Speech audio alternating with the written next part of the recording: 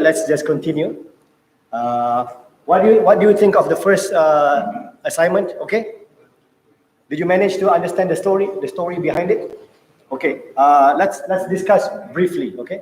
Let's discuss briefly, especially on the networking side of things, and what can we learn from this particular incident or scenario. So in this example, there is already a vulnerability in Bash, so it's on the machine. We are interacting with Bash through Apache web server, right? So and the method of that is that by passing a user agent to Apache, and then in the user agent we include the exploit code, right? Which then will allow us to get the server to execute commands on our behalf, basically on Bash. So the reason earlier why I said do not update and upgrade this machine is because of that. Because if you do upgrade Bash, now you cannot run the exploit anymore. It doesn't work because the latest Bash will fix this. Now, what is interesting is the question in the assignment, right? And this is where we use an exploit. This was published, I think, in one of the hacking websites. It's a Perl script. And as you can see, when you run the script, you have some options. One is where to set the listening port, right? To serve the shell, and you can type commands on it, right? As you can see, it uses a high level port, which means that any underprivileged user can actually set it up. Right? The question that we have in there, and basically, we are capturing the traffic communication between attacker and server.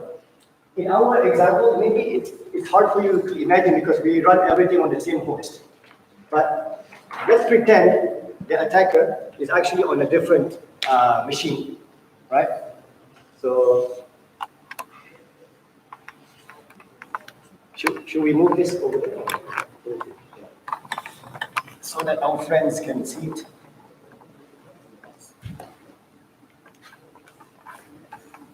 So right now, attacker and target is on the same machine, but imagine they are in a different location, right? It doesn't matter because all attacker needs to see is port 80, right? Index CGI in this particular case, right? Attacker runs the exploit, right? In the exploit code, attacker sets port number 54321. Where is this actually? Is this on the attacker machine or is it on the client machine? 54321. Client. On the client? Here? Yeah, client. Right? So, target?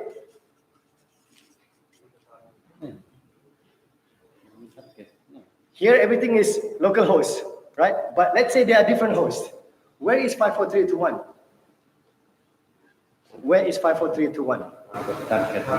It's on a target. Sure. It's all in the data, right? It's all how you read the data. Is it on the client side or on the attacker side? Huh? Client side. Client, which means? No, let's not use client or server. Let's use attacker target. On the target side. Yeah, it was source target. Source means target. Attacker. So, okay, attacker target. Okay, so language is very important, right? When we are describing the situation, because it means many things. If you say client, are you talking about browser? What are you talking about? So let's settle for attacker versus target. Okay, target, bash vulnerability, attacker running the Perl script. So goes to access bash through the web, perhaps, right? And then 54321 is here. Yes? All right. And then attacker can see it and by issuing commands. Is that right? Do we have it right? Okay. So what can we look at? So this is all the PCAP that is generated by running the exploit. So let me see. So how about we look for 54321, right? TCP ports.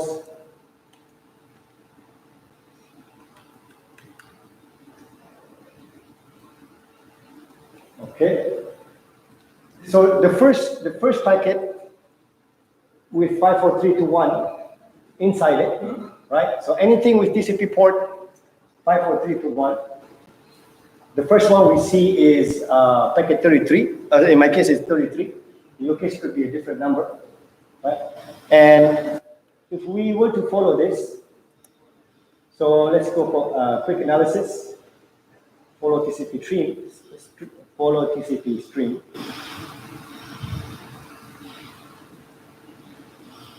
Right. So I get content that says, you know, and voila, you are in. Right? So that must be the second stage. First stage, send, right? So what kind of traffic did the attacker send in the first place, do you think? When you run that Perl script, what was that? Is that HTTP or when you execute the code? Perl. I know about Perl. Perl is the script is in Perl. But the target, from attacker to target, what protocol was it using to communicate? TCP? Is there any application level protocol being used? Is it HTTP? Why do you say HTTP? I'm saying positive. Okay. Oh, so you're looking at the Perl script, of course, right? And if you just look at the example given as well, let me open the example. Hang on a sec. Yeah, if you look at the script, right? So it says Perl, the Perl script, right? HTTP, right? Do you see that? HTTP, localhost CGI bit index CGI. Do you guys know what I'm talking about here? If you look in the lab sheet, right? It says when you run the script, you actually put HTTP, right? So we are interacting. Attacker is actually interacting with the web server, right? And the web server, we pass, you know, some exploit code, and then it will open up. You say 54321 here, yeah? Okay. So it's like a backdoor, right? It's almost like a backdoor. And what the attacker will see is this. Yeah, voila, you are in, right? So it says you are in, right here, right, on his command line, right? So from now on, when attacker is interacting with the target, is the attacker talking to port 80 or talking to port 54321? 54321, right? Okay, we have consensus. I'm not a technical person. Remember, in the beginning I said I'm the big CEO. You guys are the analyst. So I'm just clarifying with you. Are you sure? Right. So we're saying that initial attempt to port 80, get exploit bash, opens up 54321, and forward that back to the attacker. Right. So attacker is seeing the screen, right, which is, if you look at the shell itself. Let me open my shell. Sorry. Yeah. So this is my shell, right? So I get this thing back, and it says, you know, I have certain privilege on the target, on the victim, right? What user privilege do I have? Do I have root access? Someone asked, do we have root now on the target? What is the username we get by exploiting this? www data. www data, right? What is that user? Web user. It's a web user for running what application? For running Apache, right? So if you check PSAUX, Apache, then you will see that that process is run as www-data. Imagine what would happen if the user runs Apache with root. What privilege do you think we will get? Root. We will get root, right? It's game over, we say, right? Is this game over yet? Not yet. Depends, right? It's not yet. I mean, I cannot do root level stuff. What can I do with www data? Yeah. If I'm old school, I'll deface the website, right? If I'm new generation hacker, what will I do? Maybe install a crypto miner. Okay. Yeah, because why not, right? I can write to temp. So www data can write to certain folders depending on the configuration. By default, in most cases, I can probably write to var www. If you don't believe me, in your shell, you can go to cd var www and create a file, touch whatever file to see if that file exists now on the server, right? Or what attackers sometimes do is go to some writable folder for writing something, right, and execute that code, and the code is now running as www-data, right? So I came across a lot of the server that had been compromised by a crypto miner, right? And the user said that everything looks normal, but my CPU load is very high, right? So I said, why don't you run PS, check processes running. He said, everything looks normal. I said, what do you mean by normal? I said, well, there's a lot of www.data. I said, look closely where those application is running from. They are running from some strange places, right? Some hidden folders, some weird location that is not the web server folder. Okay, so that's basically to get us to think what is now available. But right now, as we have evident, right, from the PCAP, is that there is an active communication between attacker and target, right? Very simple attack. Now, someone asked over there, like, what does the attacker needs to do to get root? What can they do to get root? Can they get root immediately? Yes, no? Yeah, so we don't know, right? So it all depends on, maybe there is a kernel level exploit that will escalate privilege from a non-root user to now root. And this is why we say that sometimes attackers have time. They're not rushing. Now they have their one foot in the door, actually both feet in the door, but just not powerful enough. So they will secure this access. Hopefully you will not notice anything, right? You will not update or upgrade the machine. Next time, right, someone issue a kernel local privilege escalation exploit, they come back and run the script, right? And now maybe become root, right? So this is the catch and mouse game that people play. So no rush whatsoever, but I think going back to our Wireshark, can you see all of this transaction happening back and forth? Right? So we can reproduce in some ways what the attacker is seeing also, right? So this is done so this is assuming Wireshark is capturing information back and forth. And what we do when we do follow TCP stream, I can actually reproduce the session, right? That is taking place between attacker and target. Okay. So if I were to ask, some of you may have typed some commands. So what you can do is probably, issue some commands. So I don't know. Maybe attacker is trying to see who's online, who. Right, and then attacker, we want to know what's the version of the kernel, uname,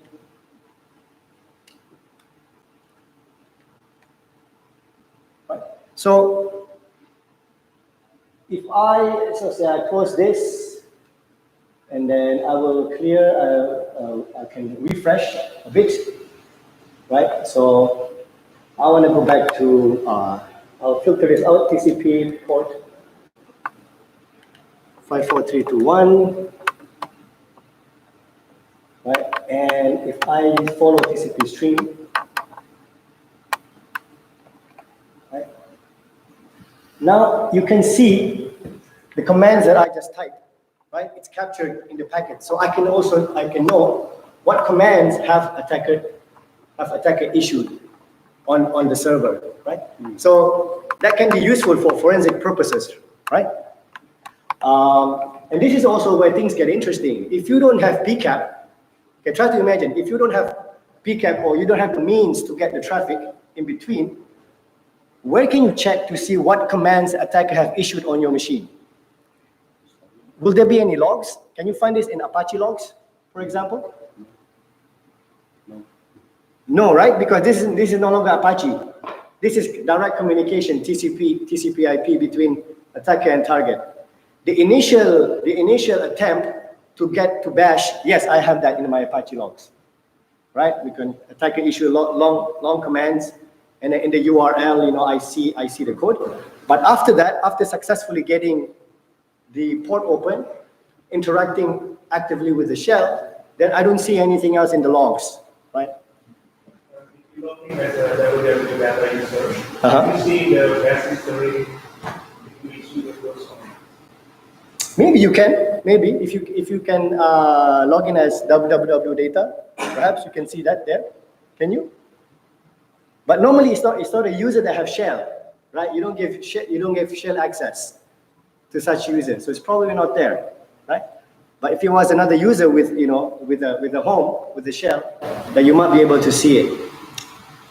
What else? Where else can you see? Right now, though, if you run ps aux, if you run process, can you check process and check for user www data? Can you see anything interesting?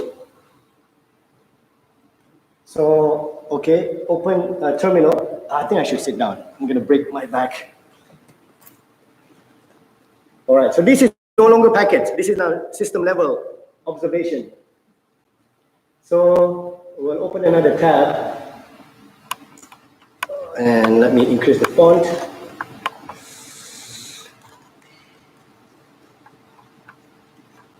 Shit.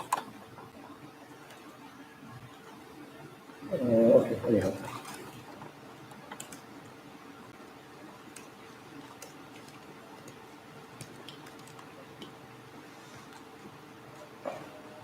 So I see some.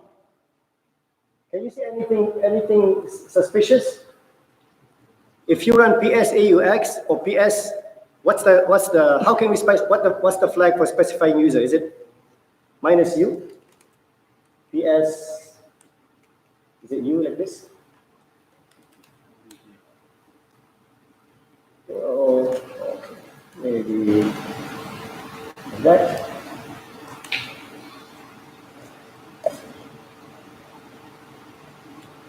Okay, I think I know now. Let me see. Can you guys see anything suspicious?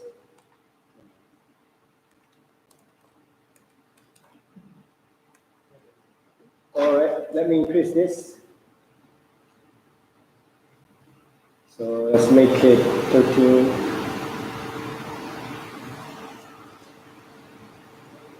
Okay, look at what processes are running with user www-data.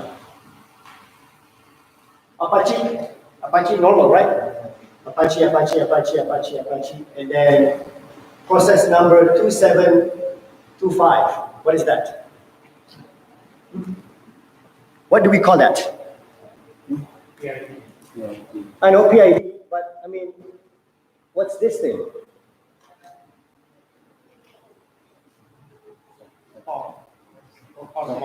Yeah?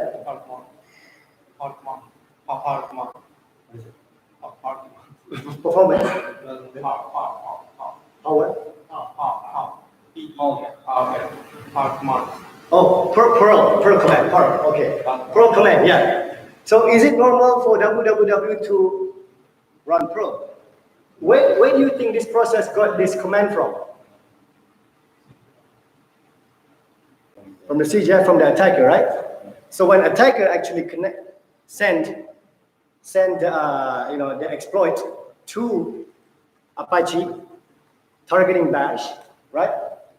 It is basically trying to trick the server, the target, into executing a bunch of Perl codes, right?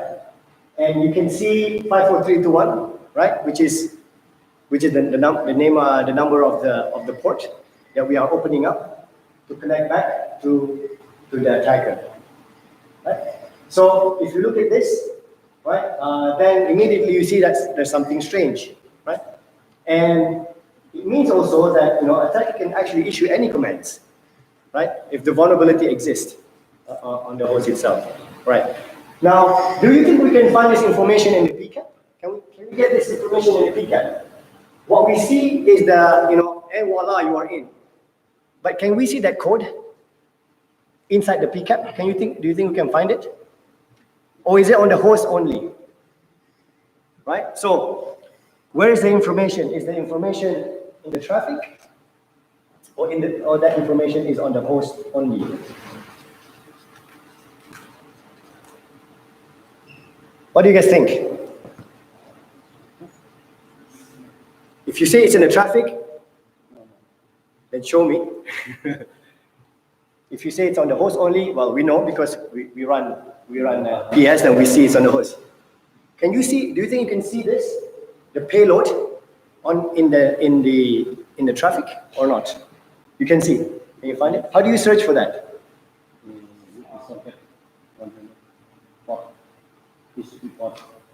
Okay. Well, we looked at TCP port, but I don't think we can see that. Or what kind of filter do you need to be able to see that? Okay, so maybe what we can do is look for HTTP connection first, right? So we have to go a step back, right? Because this is before 54321 was kind of running, right? They need to execute this command to get 54321. So if maybe we go a step back, right? By looking at the original session from HTTP, right? So let's filter for that. So Just check get message. Just check get message. get message in the text field. How do we do that? Using the question. Okay. If you find the HTTP connection, right. This one, HTTP. Yeah. Okay. Right click And then and follow TCP connection. follow TCP stream. Yes, sir. Okay. As you can see, Ah. you can see the payload. Okay. All right. So you can see the payload, right? So what we just did is actually try to understand the sequence of event, right? What we normally get, like I said, is someone to say that my server has been compromised. My server is talking to another host. That's after a lot of things just happened, right? But we don't know exactly or at which point thing happened. Luckily, we have Wireshark that is recording a lot of stuff. But without knowing what to look for, right, it's hard for you to find. So in this particular case, before even looking at the point where the target is talking to attacker, we go a step back. We go to the step where attacker launched the attack, right? So as we know, this was launched through HTTP. And if we search HTTP traffic, right? So let me redo this. So clear, filter. So we have a lot of traffic. Actually, we can see HTTP right away because there's not many traffic. But imagine there's a lot of traffic here. I just want to filter, right? So I see that there's about 4 HTTP traffic, and I right-click and follow TCP stream. I analyze, and what I can see. Oh, maybe not that one. Number 59.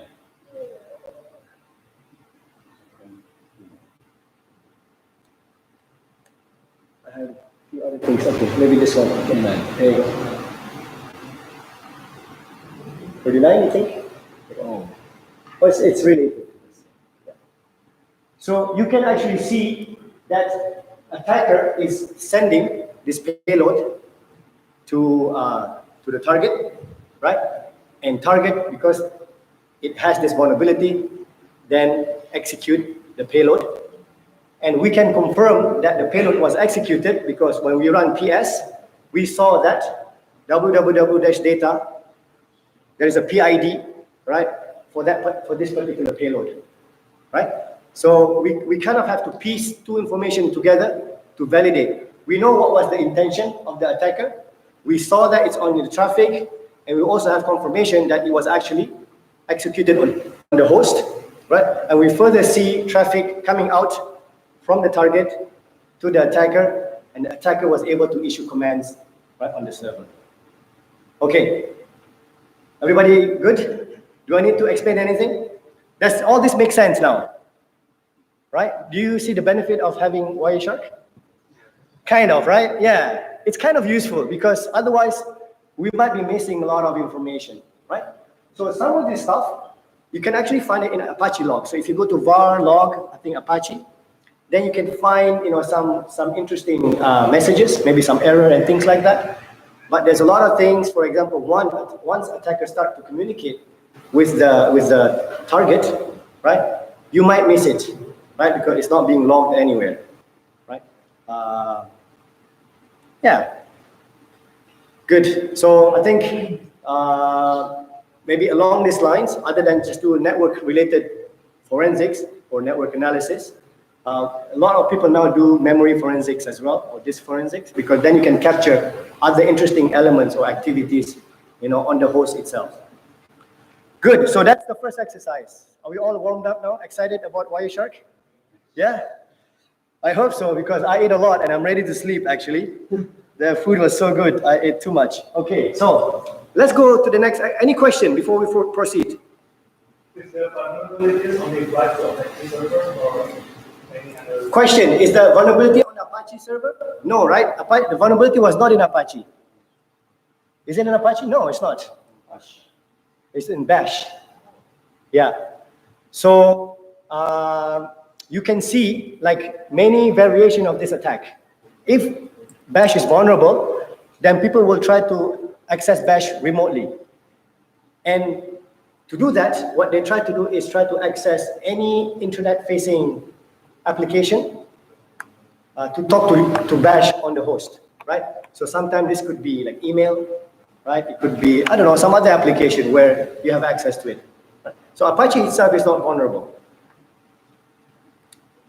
Okay, so have we answered all of the questions? Web page address, location of CGI script, connect back IP, connect back port, we have that. Check exploit is successful. Okay, so that's done. Let's go to next exercise. More fun. No, not this one. Hang on. I just need to proceed.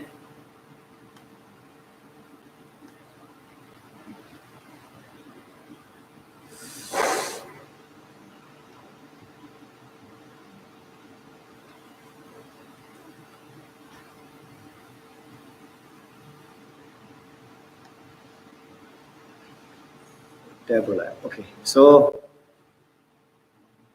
all right. So now we will play with the worm, but we will not run the worm, right? We will just load a PCAP file that shows some worm activities.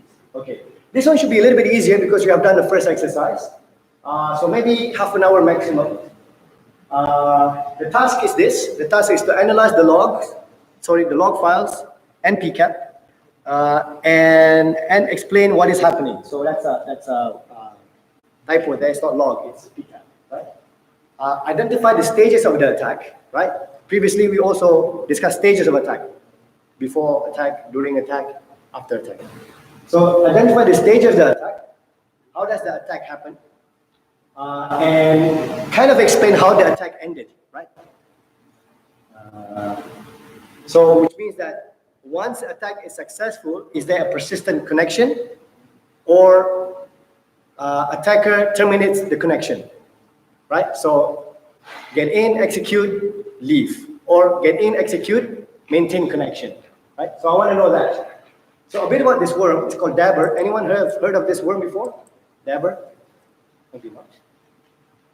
Maybe not. Okay. So interesting thing about this worm is that it's a worm that exploits another worm infection, right? So it goes around to search for machines or computers that has been infected by SASR, right? And it exploits weakness in that worm to get in on the host itself, right? So that's what I said, and it also scanned for port 5554, right? Okay, that's all I have to say about this worm. and let's go and do some Wireshark analysis. So go to Google Drive, right? And download the Dabber Lab, right? So you have some basic question. Your goal is to load the Dabber PCAP.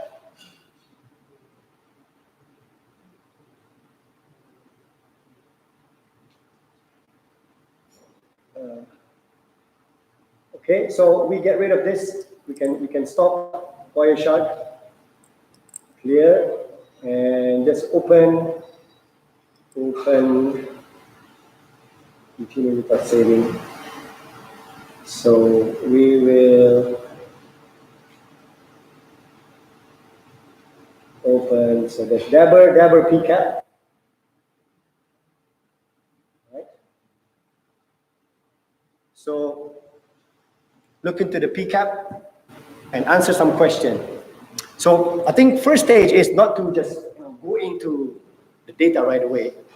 I think our approach should be like before we go in, look at the statistics. Like what does Wireshark say about this file, right? Get some high-level information about it, right? What's the breakdown of the protocol? If you remember in the earlier slide that I showed you, there are some interesting features, like for statistics, right? So maybe search for conversation. No. Anything interesting there?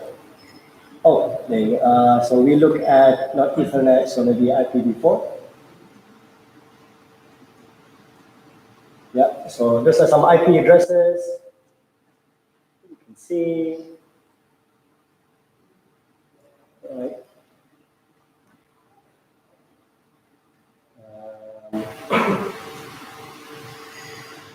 The UDP traffic or UDP traffic. We look at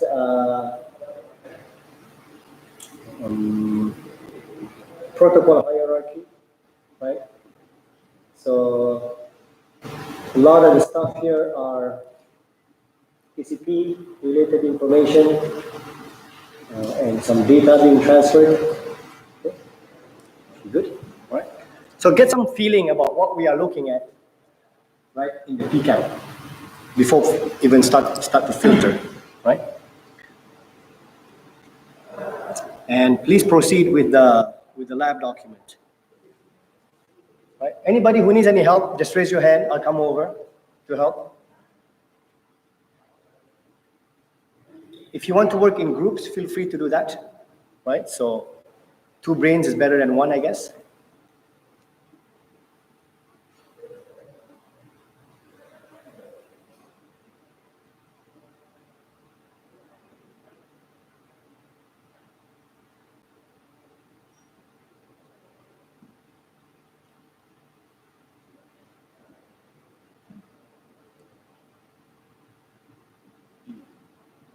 So I will check back in about 10 minutes to see where people are.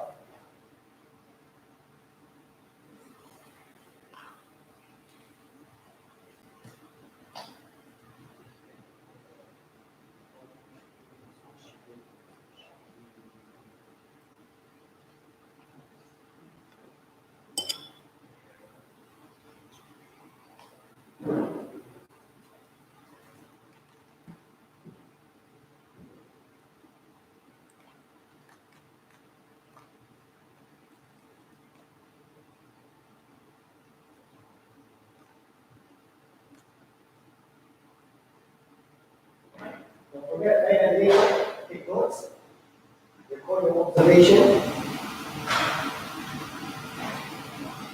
Don't try to remember everything.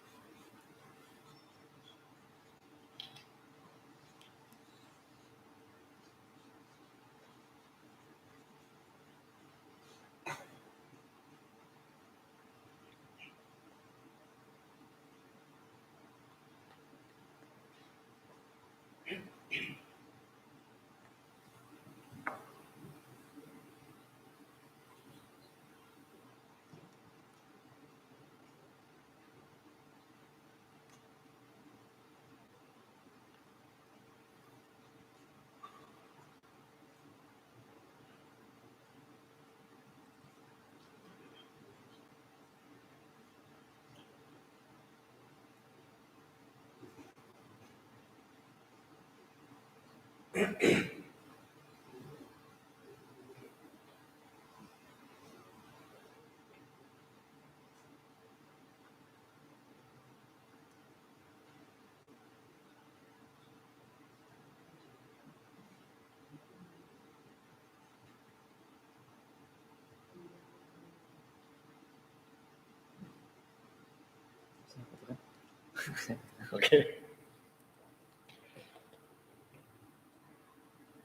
From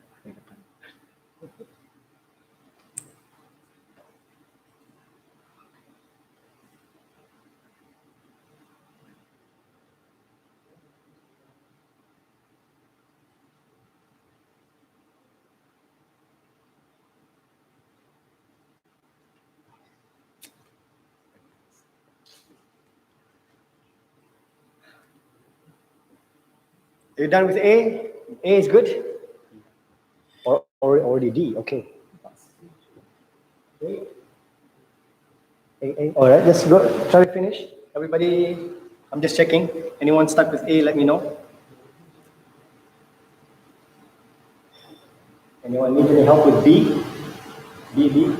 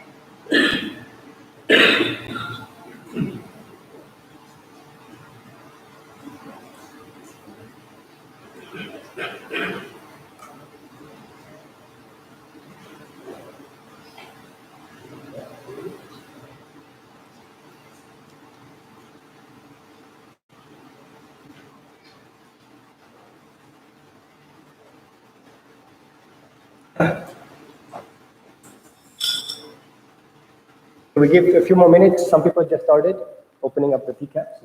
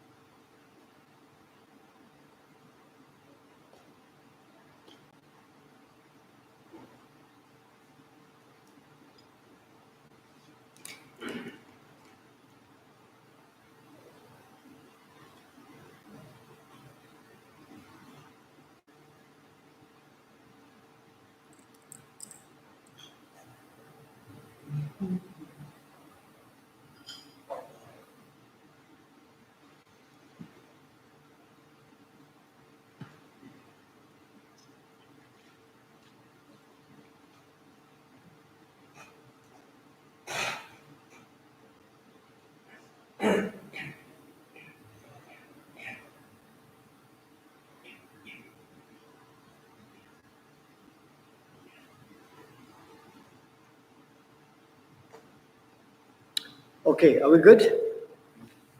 All right, shall we review our findings? Anything interesting that you guys find?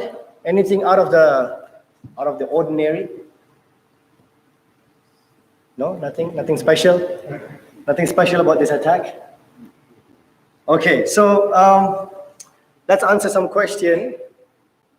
What was the character sent? D. Uppercase D. Yeah. How did you? Well, of course, I know how you found that, but and what do you think is the purpose of that whole thing? Maybe just testing connectivity. right? Testing whether or not sensor is running on the host. Polling. Polling, okay, polling, okay, trying to check, right? And as soon as that exists, right, then send the payload. Can we see the payload this time? Can we actually see the payload? What is the payload actually? Desired password. Update or something. Mm-hmm. And with after the exports. And then a bunch of exploit garbage, right? But it is not as clear as the Perl script before, where you can actually see the commands being properly used, all right? So can people see the exploit being sent or the payload being sent? Yeah. All right. So so the port number of Sesion, 55. What is it?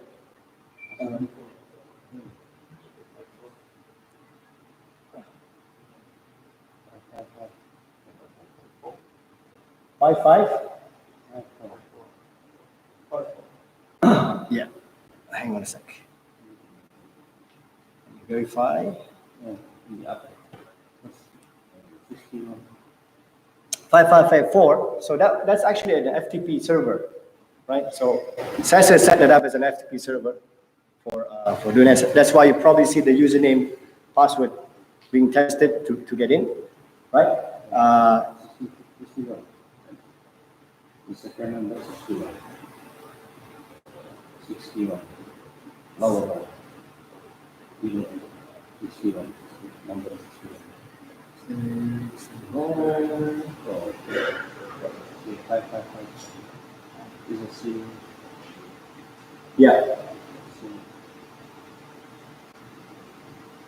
So this send attack on the server itself. So once that has been, one export has been successful, right? You can see that the commands issued, right? Which is then to watch. What do you think happened in the command? So let's have a look.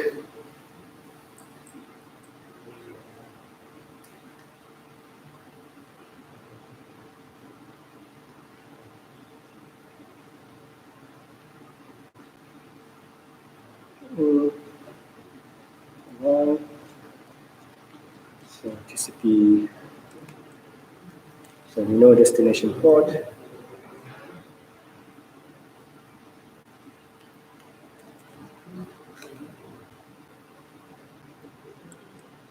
Nine, 6, 7.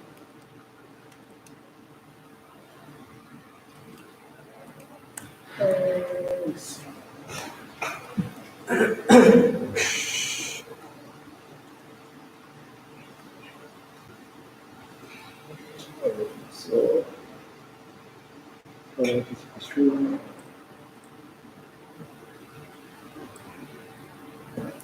so you can see the commands being executed, right, on the host itself to download HEXE, execute and exit.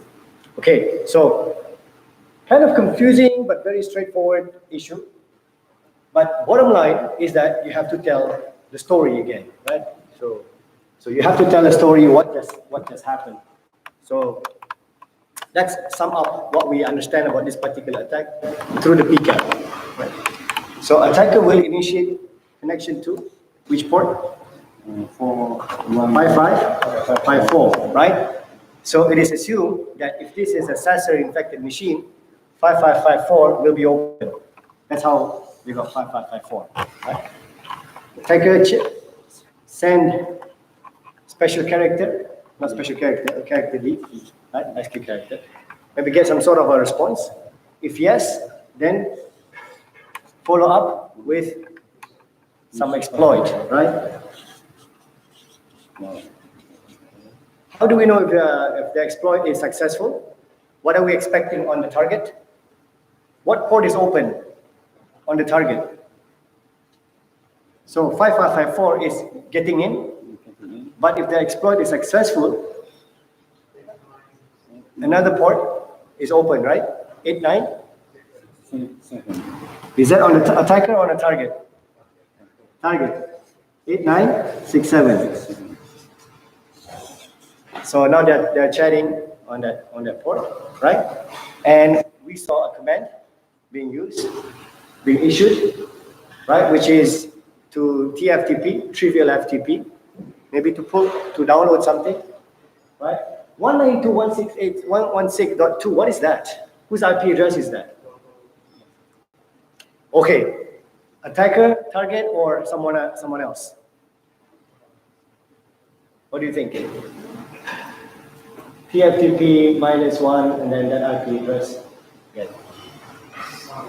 Could be someone else. Could be, we don't know. We don't have full story, right? But that's something for us to check, actually, for us to verify with other sources of information. Right now, it's hard to say, but we can actually kind of guess what this thing is trying to do, right? So download package.exe, right, from somewhere, right, and execute, right, execute, and then exit, right? So kind of like hit and run. Go in, download, execute, exit, go away. Looks familiar, doesn't it? Like the honeypot example I gave earlier. Go in, download something, execute, go away, right? And now that thing is a bot taking over the machine. Could be, now we don't have the full story, it could be then, because of executing this package exe, it could be, now sending traffic, DNS query somewhere else, be part of a botnet, whatever, right? Could be doing it. Or it could be now scanning other machines on the network to do more infection, right? Do we have the answer of what this thing is doing right now? Package exe? We don't have access to the server, right? We don't have additional information. We just have this to tell the story of infection, right? So I would say that you have some ideas, but you don't get the full package. Can we extract package.exe from the PCAP? Does that exist? Can we? Is there any package exe in the PCAP?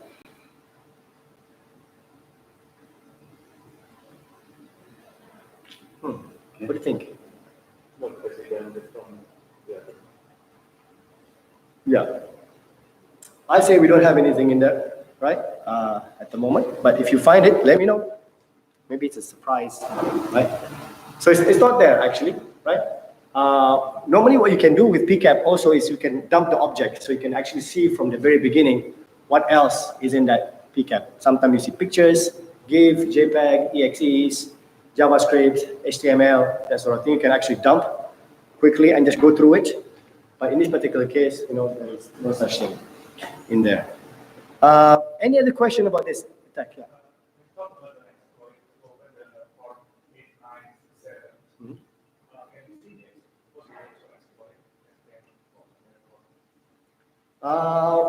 It's an exploit probably very specific to SASR worm. So the vulnerability is in the worm, in the SASR worm, right? But I'm not really sure exactly how that thing is being triggered and for them to get in and then come in, right? So the exploit is probably just accessing the FTP server that is open, and then go in and then use that weakness to now trick the host into downloading something and executing on the host itself, right? So this is not like a 0-day kind of thing. It's just a misconfiguration on the part of the owner of the SASR worm, right? So taking advantage of that. Any question so far? Yeah, easy. Still too easy. All right. So let's play with more. And the next one, I think should take us up to our maybe coffee break. What time is coffee break? 3 maybe? 3:30 or 3?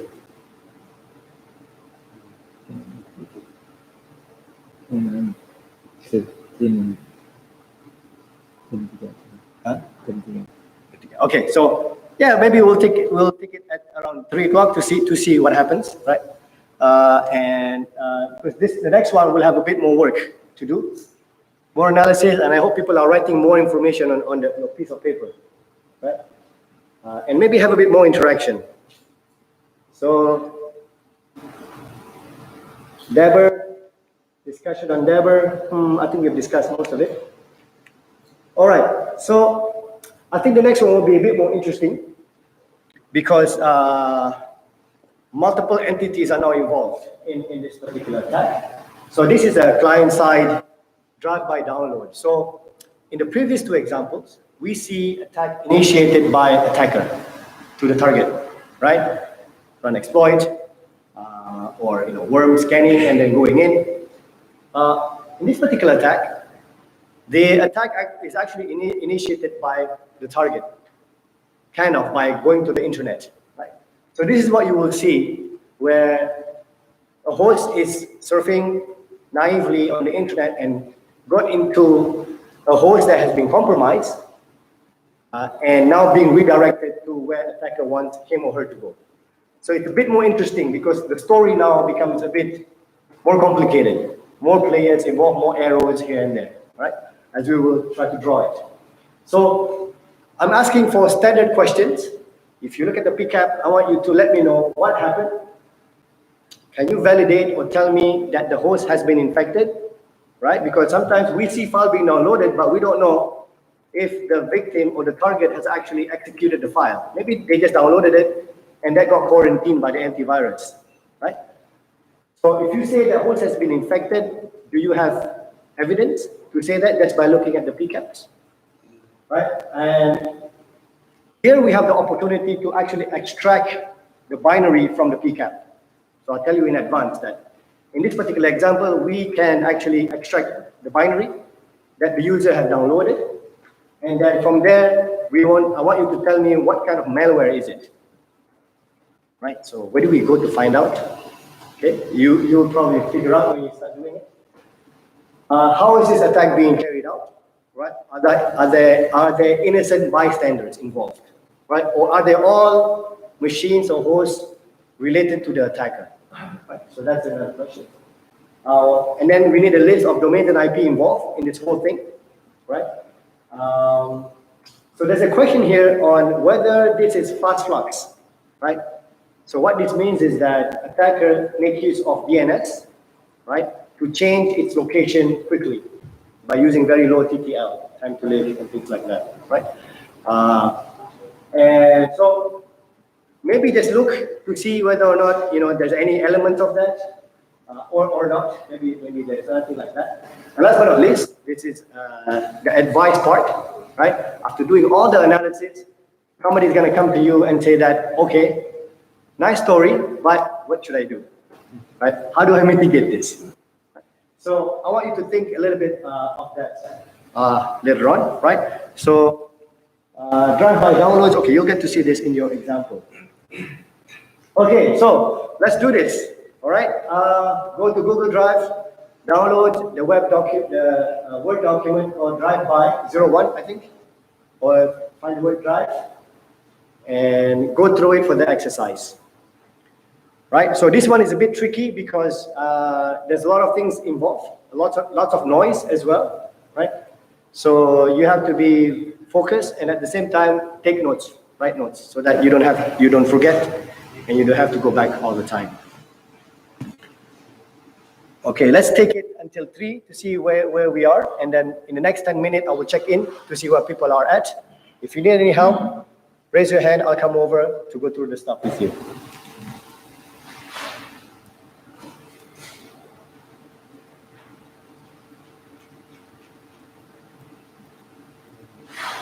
So we load data, so drive-by, non-fast flux, right? So you open, make sure you open the right, there's 2 drive-by PCAP or folder. Just make sure it says the one with non-fast flux.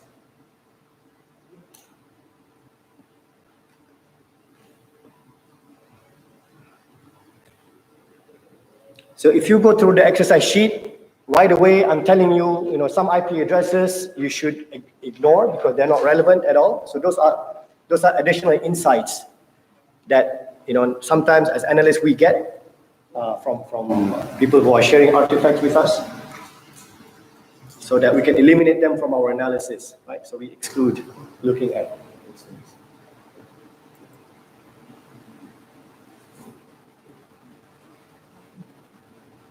And as I said earlier, don't rush straight to the problem. Look at the statistical information, what we are looking at, how many holes might be involved, right? Those will just give you a better picture of what you're looking at. And last but not least, don't rush. This is not a competition, right? So no award for finishing first. But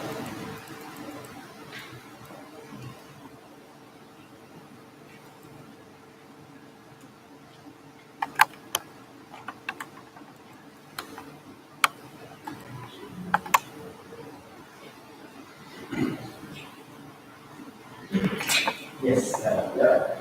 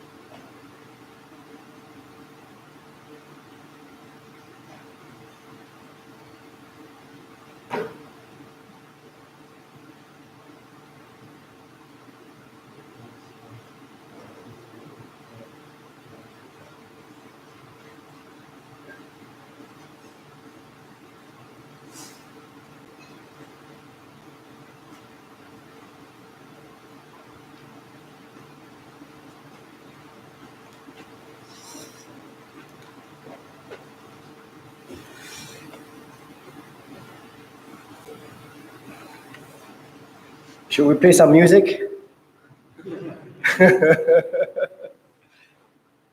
It's too sleepy, yeah? Too quiet.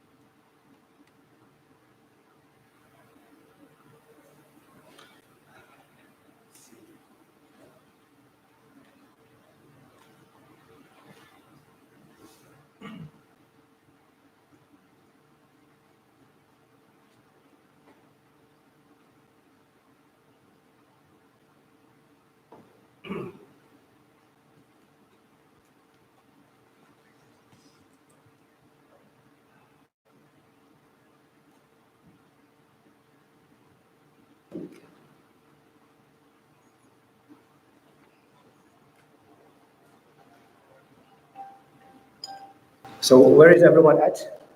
B? C? C? Almost C, okay. Anyone need any help? So one should be easy, ABC should be very straightforward. Yeah. So I think you should be around C or D right now in terms of progress.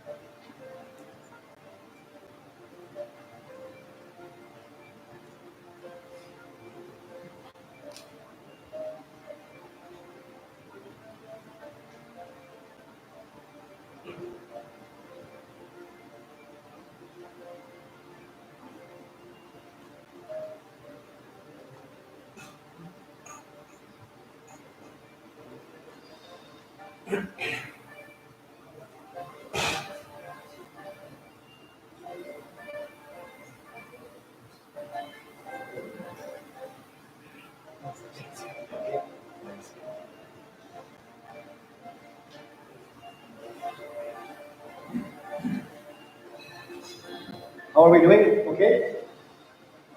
In 2 minutes, we want to go. Okay. So up to you. Maybe go from here, but we break for about 15 minutes. But before we go, I want to check where everyone is at the moment. So looking at the question, this is just a quick review. So A is just some hints to, if you get a PCAP, you want to establish quickly, which one is the host or which one is the server, that sort of thing. So one of the useful things that we sometimes can do is look for DNS query. Who's making DNS queries, right? So in this particular case, there's only one who is making DNS query, fortunately. But in some other example, there could be a lot of hosts. But in this particular case, by looking at DNS, right? So use the DNS filter. You can see who is making query and who is responding.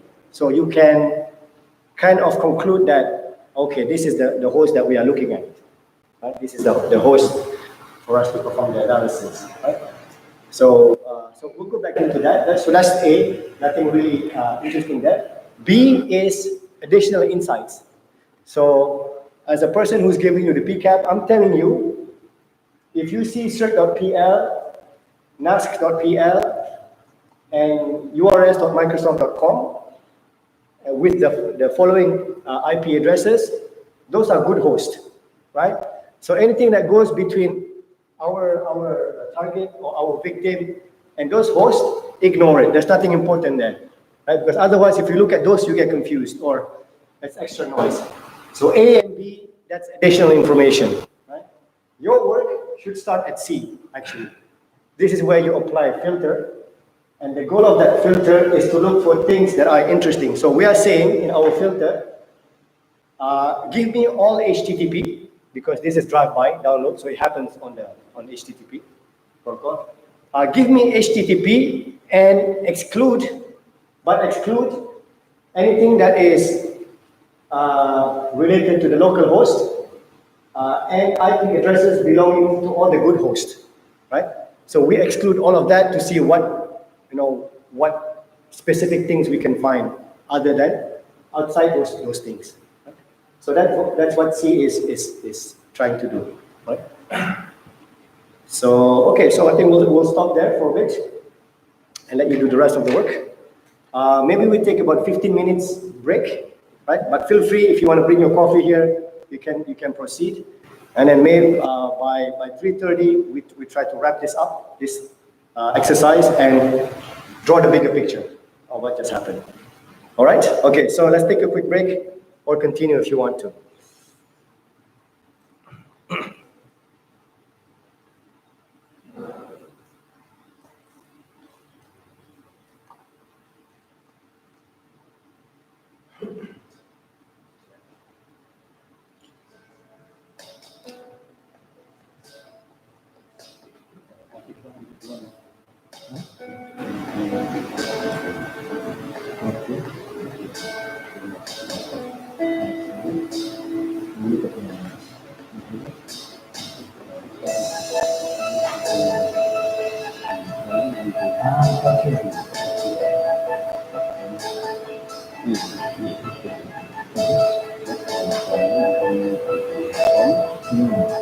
But if you have excluded, then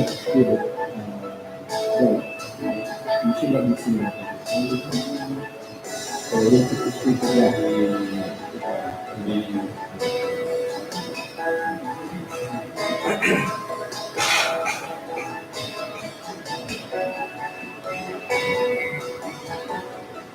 Yes.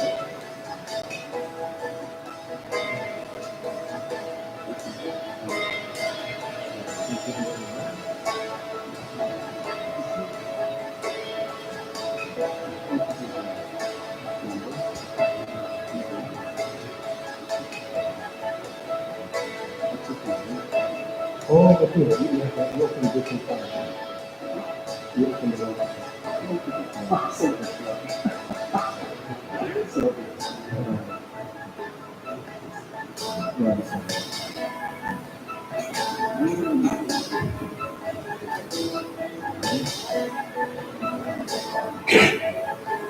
yeah, that's it.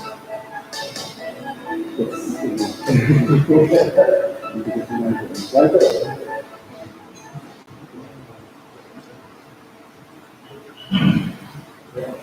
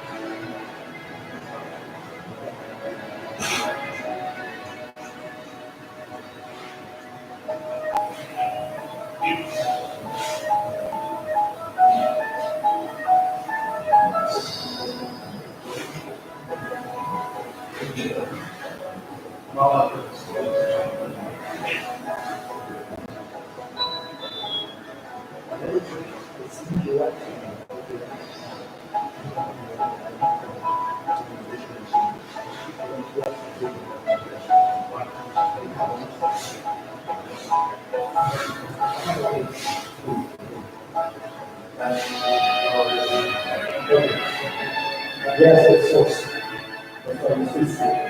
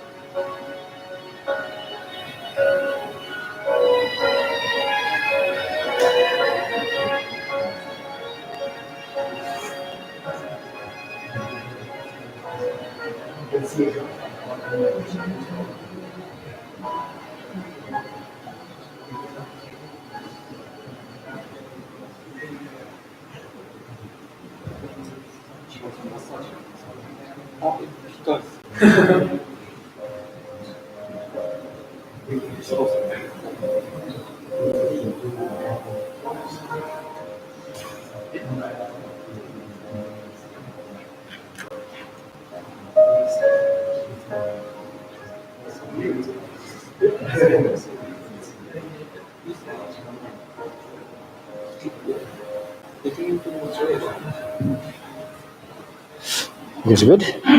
Good. Finished.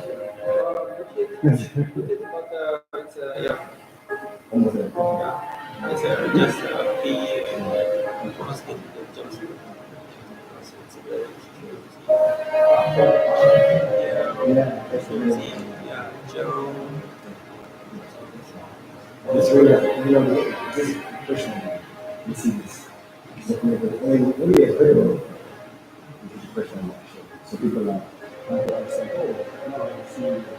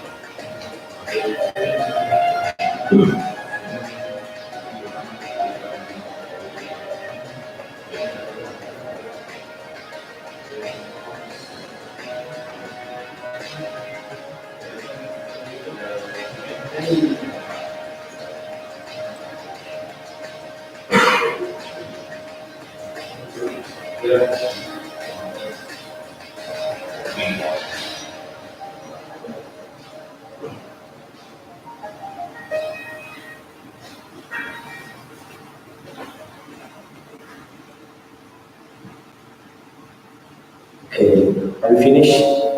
Yes? Yes, no? Maybe? Where is everyone? D? D or G? I? No? Anyone have reached? Anyone finish everything?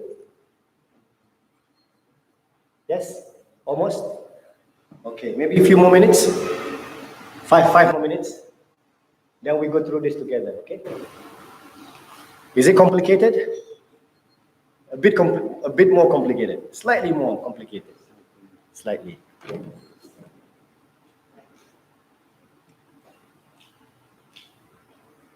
Okay, 5 more minutes. I'll put some more music.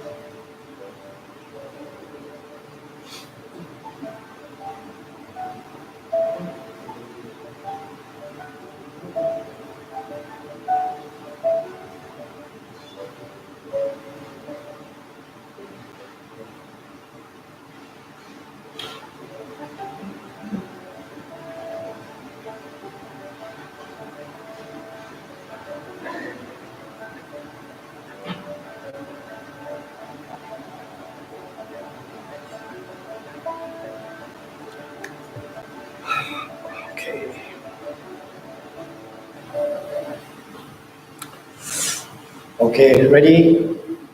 Do you have the answers for me? Yeah? What malware is it?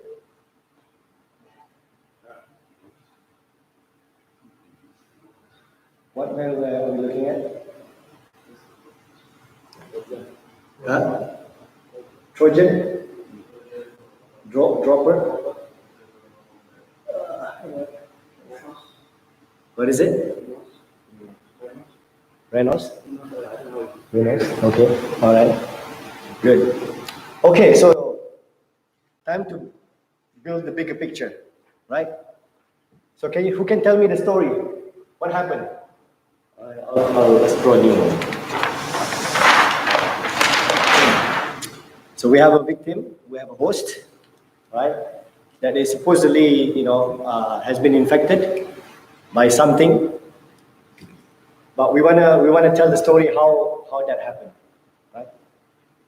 So once upon a time, there's a host. What is the IP address of our host? 130, right? So I think establishing this is very important because otherwise we may get confused. Like there's so many hosts talking to one another, and we don't know what happened, right? So in the beginning there is this host. We know that at some point this host got infected, right? So imagine if you have like time zero, right, in the packet, and then along the lines at some point, right, this host downloaded something, got infected, right? But we want to understand what happened here, what happened in the process, who and where did the host talk to, and then what happened each time. Okay, so if you look at the question, at the I can find it. No. And where is my?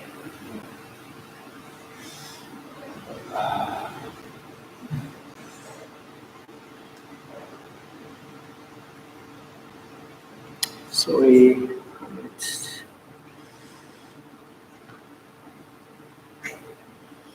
Yeah. So it's here. Okay.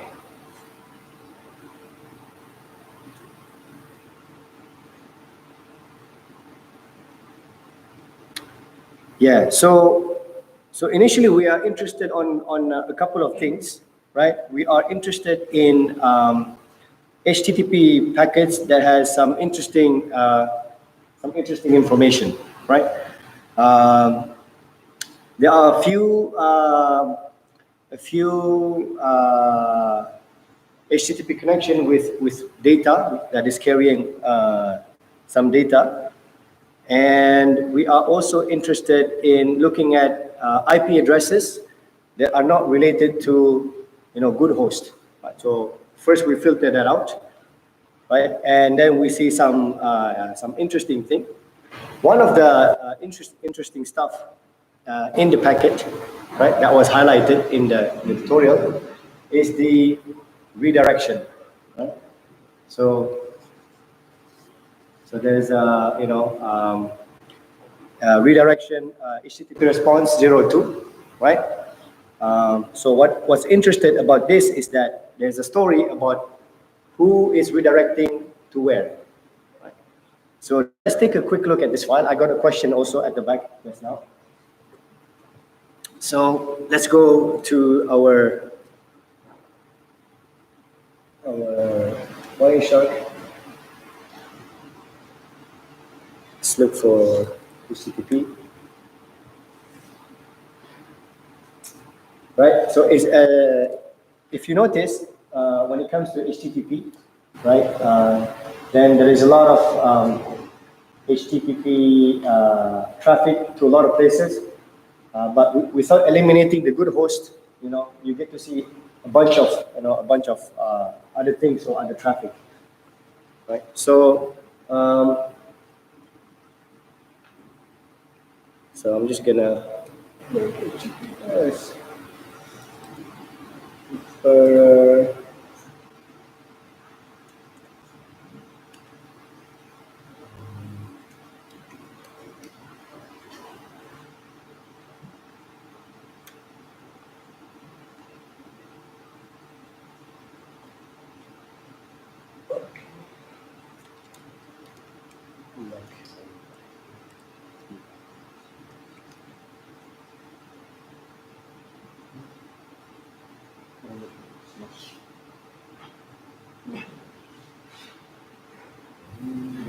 Oh.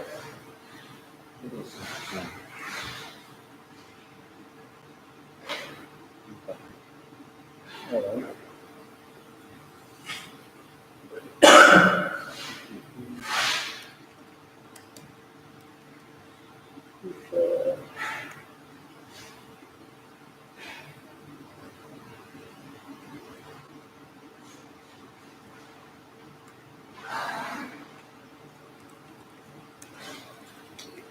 Screen.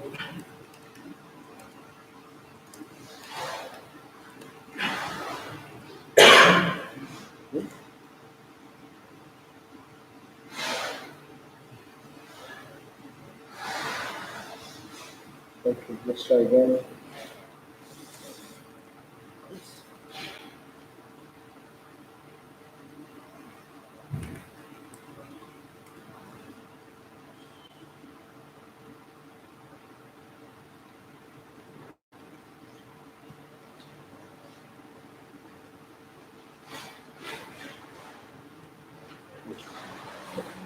Am I looking at the right one? What is it?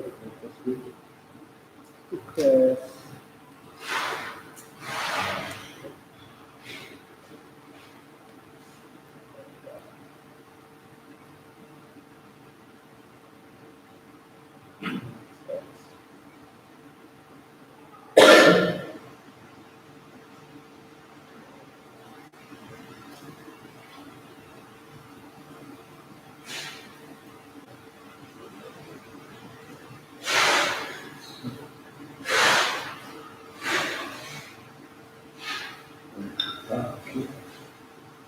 So here.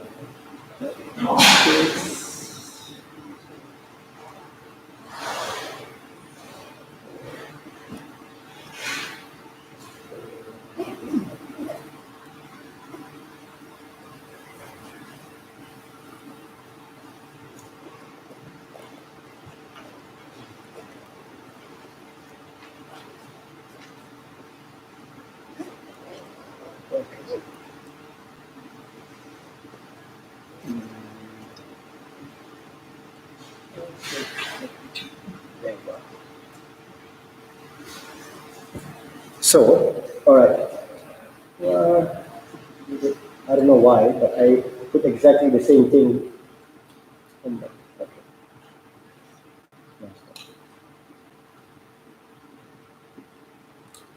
So, what I'm querying here, so I go to the very bottom where you see HTTP referrer. Okay, so in web server,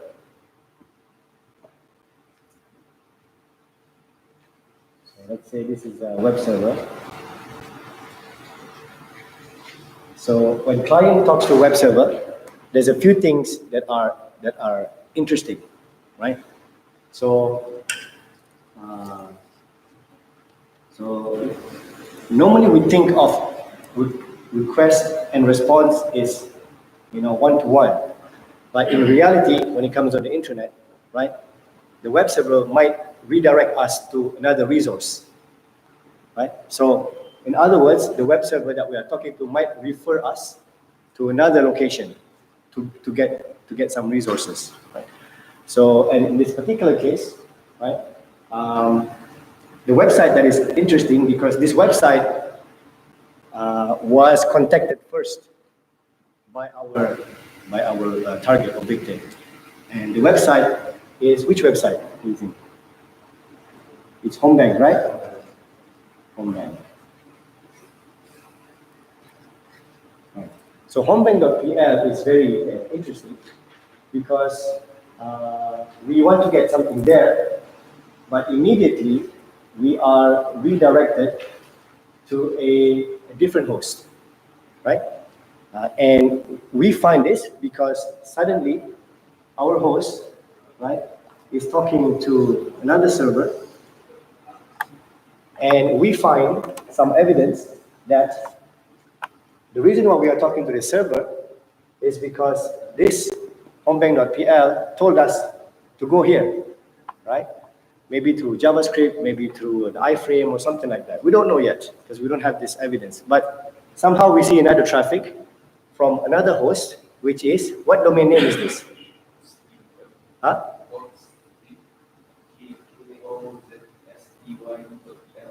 K? Huh? S? CY.pl. Okay, anyone else? What host? What host are we taking to? Huh? Jess? 0? L0? Jeslo.com. Any other host that we see?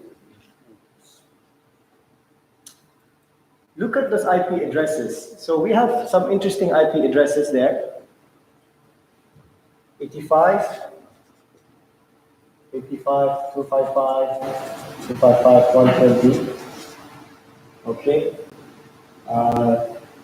212, 160, 67, 149.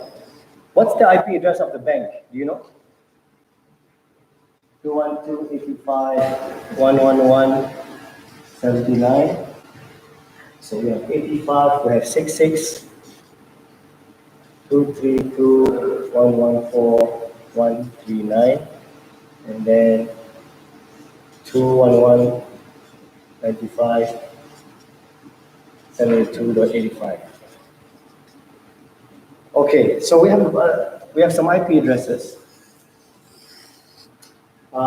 Those IP addresses are listed there because our machine ended up on their website, on those IP addresses website.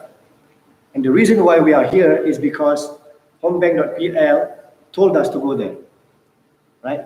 We didn't initiate the connection there directly, but we ended up on those IP addresses, right, on those destinations, just because homebank.pl referred us to go to these IP addresses. Okay. Now, what we need to do is we need to figure out what is the domain name associated with this IP address, right? How do we do that? Right? Huh? How do we do that? How do we figure out an IP address? So in Wireshark, there's a couple of interesting ways. One is if you go to the statistics and check HTTP and go to HTTP request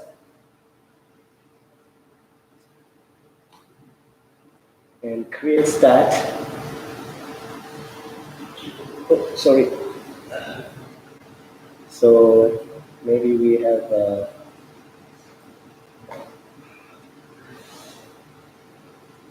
create that maybe. Oh, you can open this thing. Okay, we come back to this. So let's clear this and then we go to statistics. Stats. Oh, why is it not allowing me to?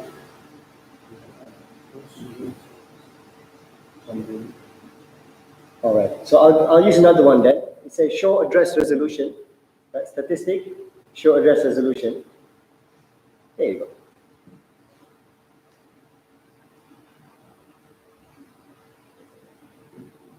You can actually enable name resolution inside the analysis, but this is also another way, right? To look at the name resolution of hosts that we are actually talking to. If the packet is so big, then we probably have a lot of names, but just for the sake of this quick analysis, right? So 85, this is WinHex, org, 66, that's Jeslo.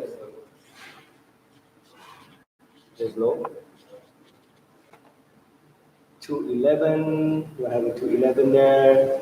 That's 1sense.info.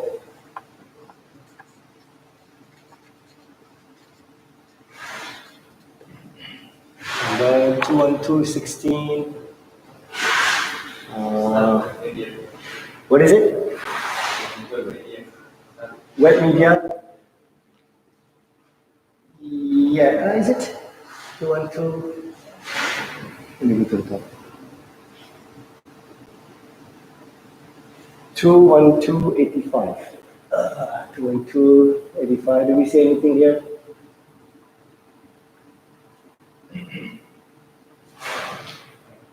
Okay.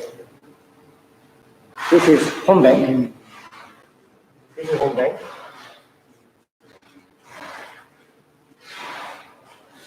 And 212.16. What is it? Stats? Okay. All right. So, okay.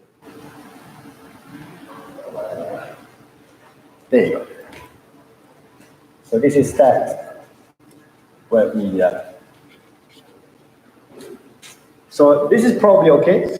Not worried about that. But statistics, we don't know. But it could be, the website rely on another website for statistics, right? Like Google stats and things like that. So we are referred there from home bank.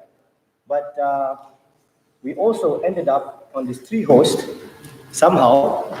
And the reason why we go there is because home bank told us to be there. So the filter that we used earlier, which is show me, right? Show me packets where, it keeps on doing this. You need a slash again. Do I need a slash? Are you sure? Slash not there. Hang on. There you go. So the reason why, our filter here is saying that show me packets that has HTTP referrer, and this is normally in the HTTP header between client server, right? Where the referrer says it's from www.homebank.pl. So this is the first one. We say it's okay. This one is stats, right? So this is stats. But the last three, this is the interesting one, all right? So if we open this one, follow TCP stream, right? So our host here is issuing a GET request. So it's asking for something, right? To this server, yeah? To this particular server, winhex.org, right? And the referrer is homebank.pl. Right? So we also see something else here that is interesting, right? Because we ask for something, right? So we ask for that file in.cgi (3), right? So at the top. Yeah. So this is our machine asking, in this case, winhex.org.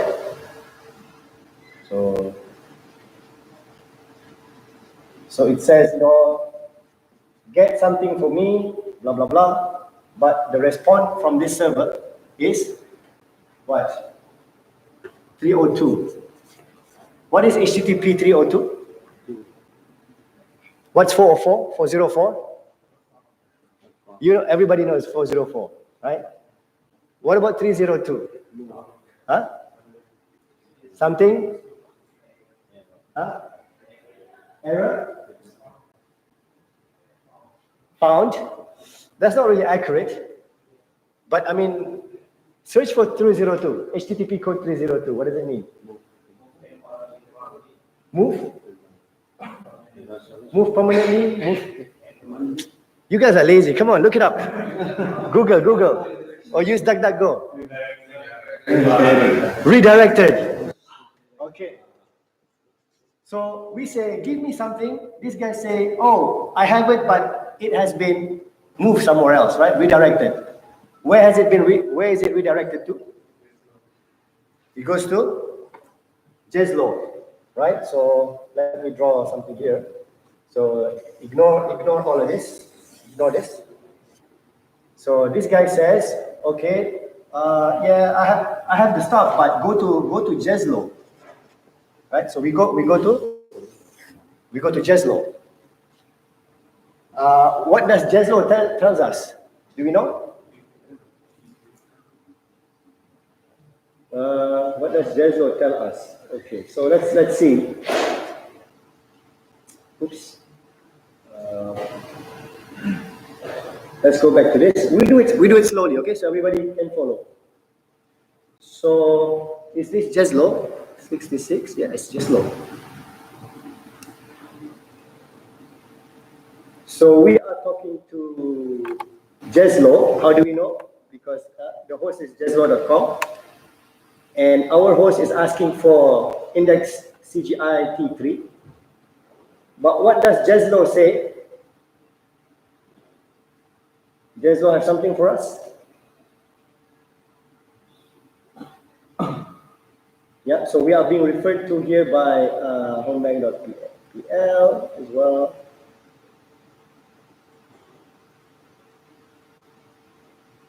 So there's some JavaScript here. That's some interesting stuff being loaded. You don't know, right? So we get all this stuff from Jezlo. Right? So this probably could be something that we execute at our end, right? And we have another one.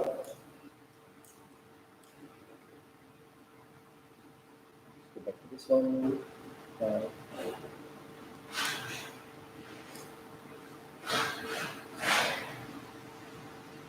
11. Okay, so we have one more here to 11. And this one also said it's being referred to by homebank.pl. Yeah. So this one has an iframe, right? So this is maybe another redirection trick, right? So this host we got here, but as soon as we go here, right, it's loading another IP address, another host, right? J72 56.162.15. All right. So, and all of this, right? The referrer is homebank.pl, right? So you can imagine if it's an online banking site that everyone goes to, and suddenly you are maybe redirected to all this different service, right? And when you see things like JavaScript and maybe some code that it's hard to see, it's obfuscated, we say, you could be checking on a few things, like maybe your browser version. If you're using Firefox or IE, go to this server. If you're using this and that, and you have like an old Flash plugin, go to the other server so that you can be served. You can be served by the correct malware on different hosts, right?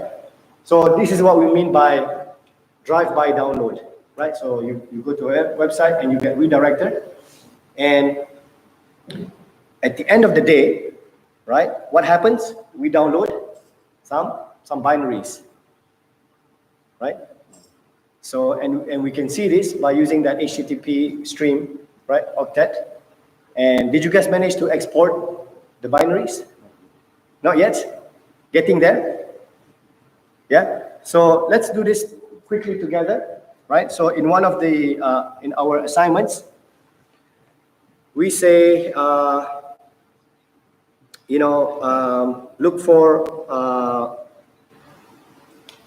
look for the binaries. So there are a couple of packets with this information. And filter, let's do the filtering together. So it's HTTP, content type, and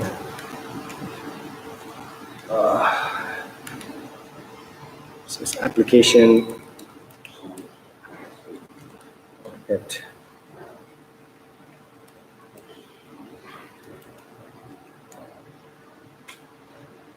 right. So what do we see here? We see some host, two hosts, in fact, giving us some applications, some executables, right? You guys get the same thing? Yeah? So the source is those IP address. So we say 66, that's Jezlo. And then remember 72? 72, and the host that redirected us to 72 is actually Jezlo. So same host. So there's three applications there. And we say we can actually export. I think it's, so we go here, media type, right? So you can see immediately, some strings. This program cannot be run in DOS mode, somewhere there. So if you export selected packet bytes, so let's copy this too. So we just say this is 602. I just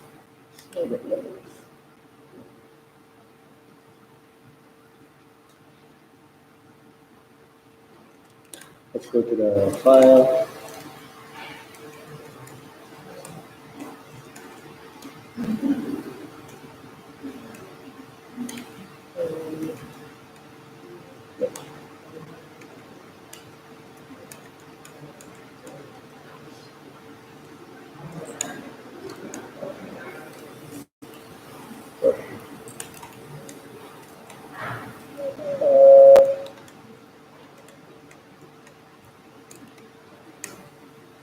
So I name my file 602 just now. Right, so this is a PE executable. Right, so it's an executable file. Right.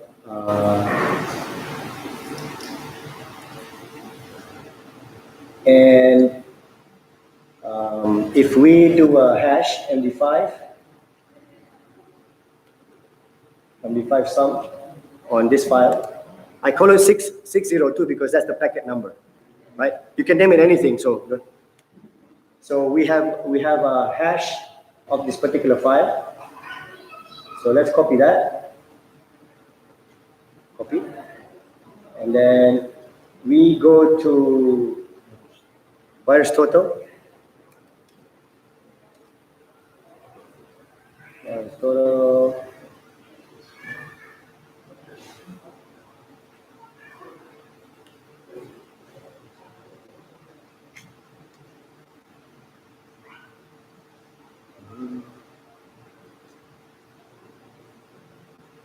Okay, it's slow. So we search, right?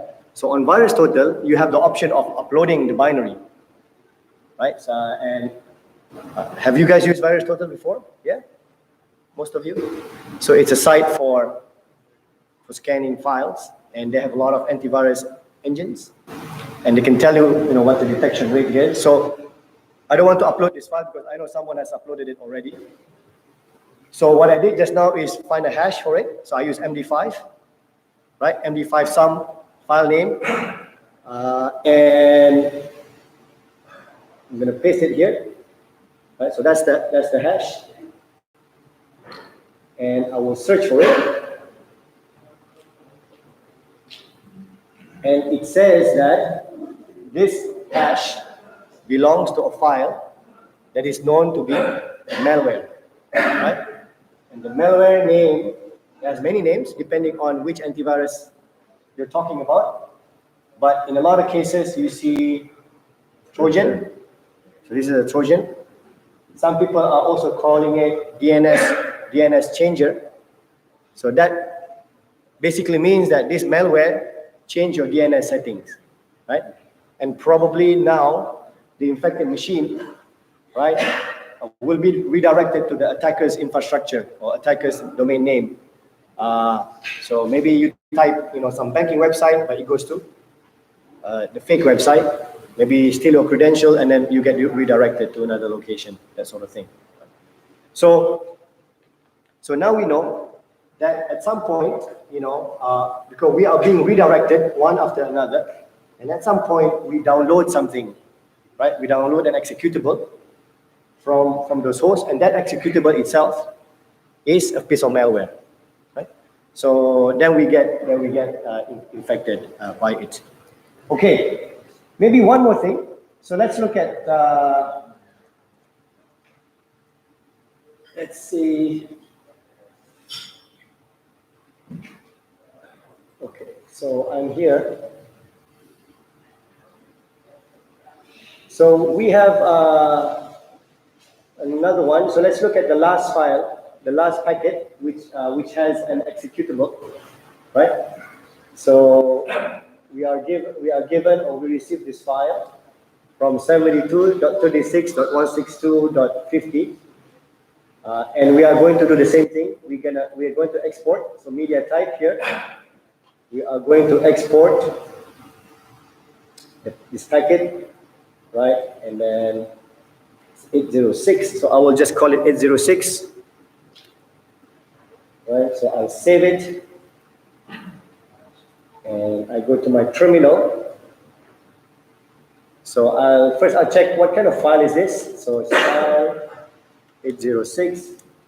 So this is also a Windows binary, right? So you can see PE32 executable Intel 386 for MS Windows. It's a Windows binary, right?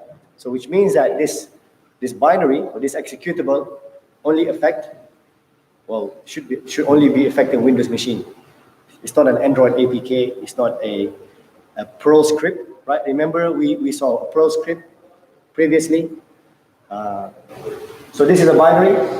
Let's find the hash for it, so we can search it on VirusTotal. So I do MD5 sum, right, or 806, right? So this is the hash. That's the MD5 hash, right? Maybe I don't want to use MD5 because VirusTotal also accepts some other hash function. So I can use SHA, that's SHA-256.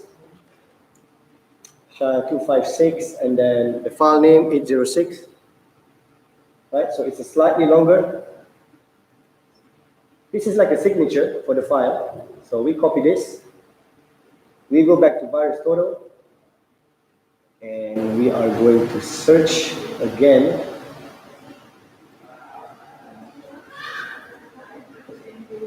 Takes a while. Yeah. So are you guys following me, more or less, what I'm trying to do? Right. So we can say that this guy is giving us some Trojan. Yeah. So I'm gonna put my hash here. Search. Paste.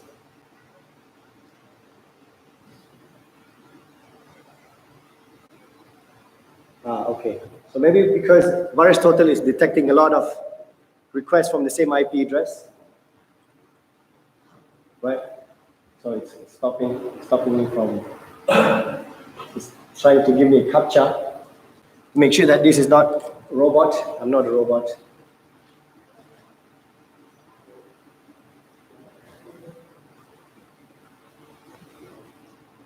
I don't know. It's taking a while.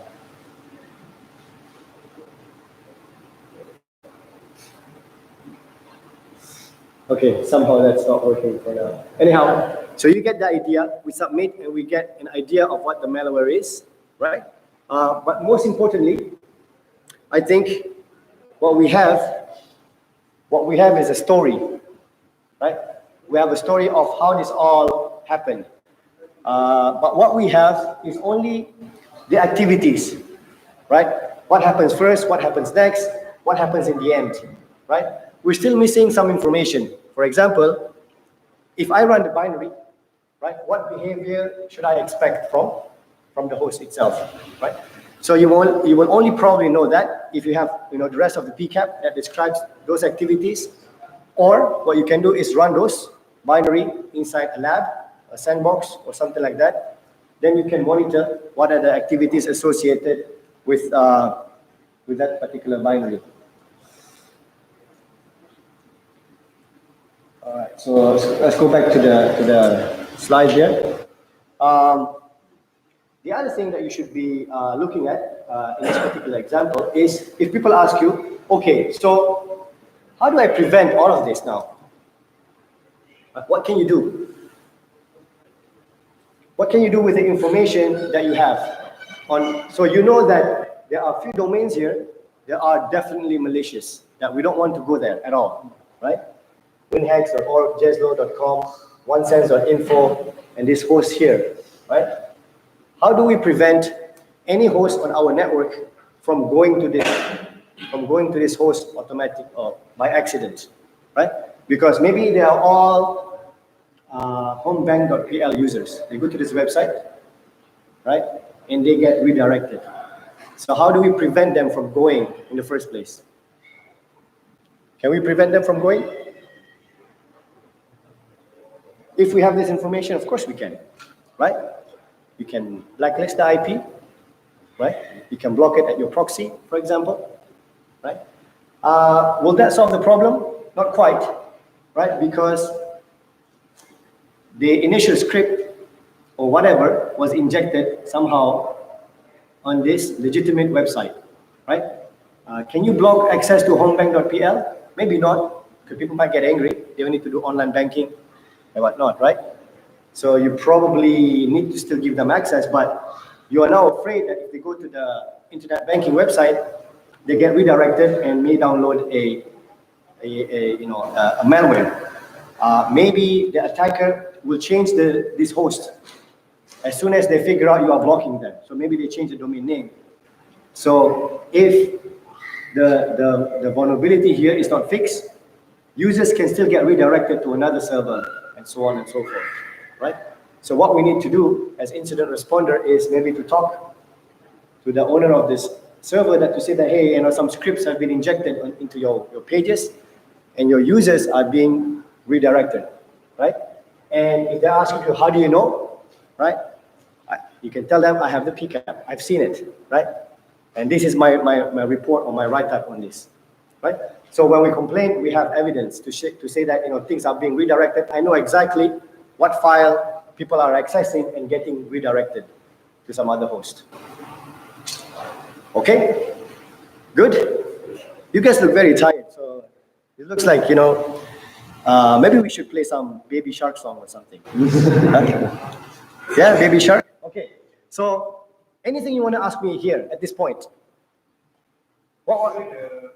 The browser will give you warning if you are directly redirect to another. Okay. Will it? Okay. The question is, or the feedback is, the browser will give you an alert if you get redirected. Do you think so? No, not really. Not really. The browser, I don't know, because I haven't seen it. Maybe it does, but I think in normal cases it will not alert you. It will alert you probably if if there's like pop-up and you disable that, right?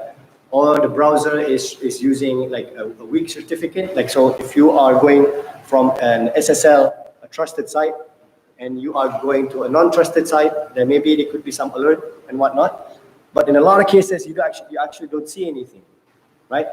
And especially those iframes and JavaScripts and things like that, you probably will not detect it unless you enable some plugins, right? So it's interesting. It's interesting to see. And this is a very common technique, right? Drive-by download. So what attackers tend to do is initially they will target popular websites. What are the popular websites? Maybe some news website, some government website that people go to, right? Because this will give them a lot of traffic, right? And from there, they can redirect to different places and prompt people to download something, right? So that's the tricky bit, or something that is quite interesting. Any other thing? Okay, so if not, then let's do our last lab. And the sooner you finish, the better, right? So this one, it's a bit more interesting, and I would like to make it more fun by asking you to work in a maybe small group, right? So that you can pool all of your experience from today's session since morning of doing some analysis, and maybe you can solve this a bit faster, right? So this is an incident where a website has been compromised, right? And if you go to the Google Drive, there is a file, the system under attack, right? And answer some question, right? And I think we would like to listen from you, like, what are your findings in terms of, building a story of what happened, when things happen, and what is, the impact of the compromise, right? What is the damage that is being done? All right, so for this, you will need to download the PCAP from the Google Drive, right, and bring it onto your machine somehow. And I recommend that you work in a group so that we can solve this a bit faster, right? And maybe there are some prizes for groups that answer the most correct answer, right? In this case. All right, and I think it should not take you more than 45 minutes. If you are spending more than 45 minutes, that's a bit too much, and maybe you need to practice more. But at this point, I think you should be able to solve this, within that period of time. Okay, so feel free, if you have any question, let me know, and we can have a discussion in about half an hour to 45 minutes from now, right? So this case is very interesting, right? So again, when we look at a case or incident, we are trying to answer as much question as possible. And please record your answers so that we can have a conversation afterwards. And I will put on some music to encourage you to work faster.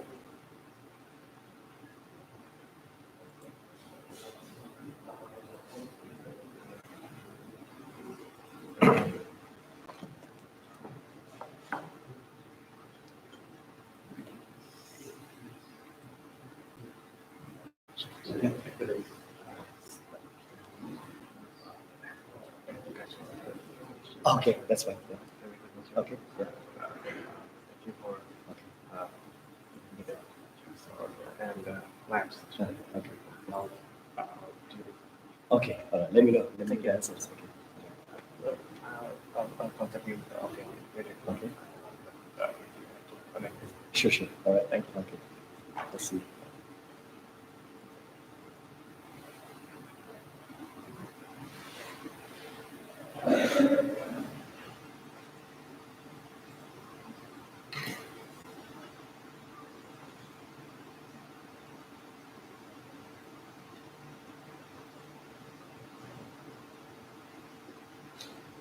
Okay, so please get the file, system under attack, right, lab. Please do it. There's nothing to see in front, so you have to kind of download it, right?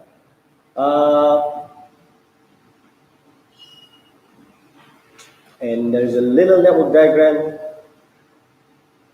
and you have to download the PCAP file, right, on your host.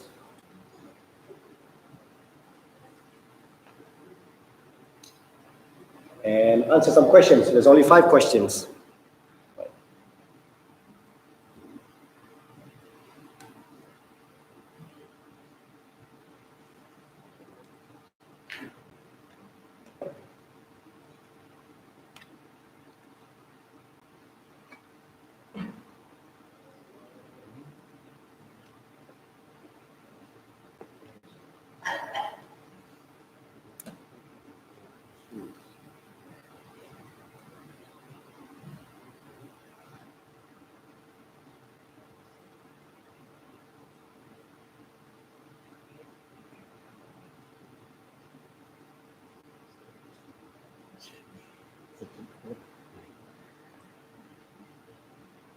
Okay, please refer to the network diagram.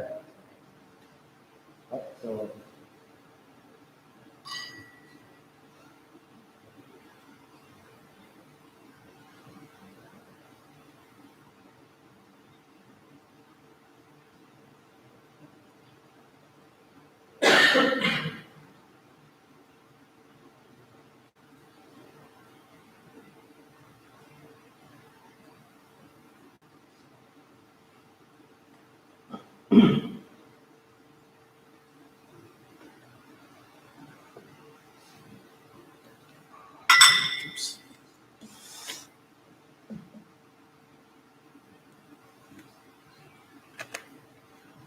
Anyone need any help? Let me know.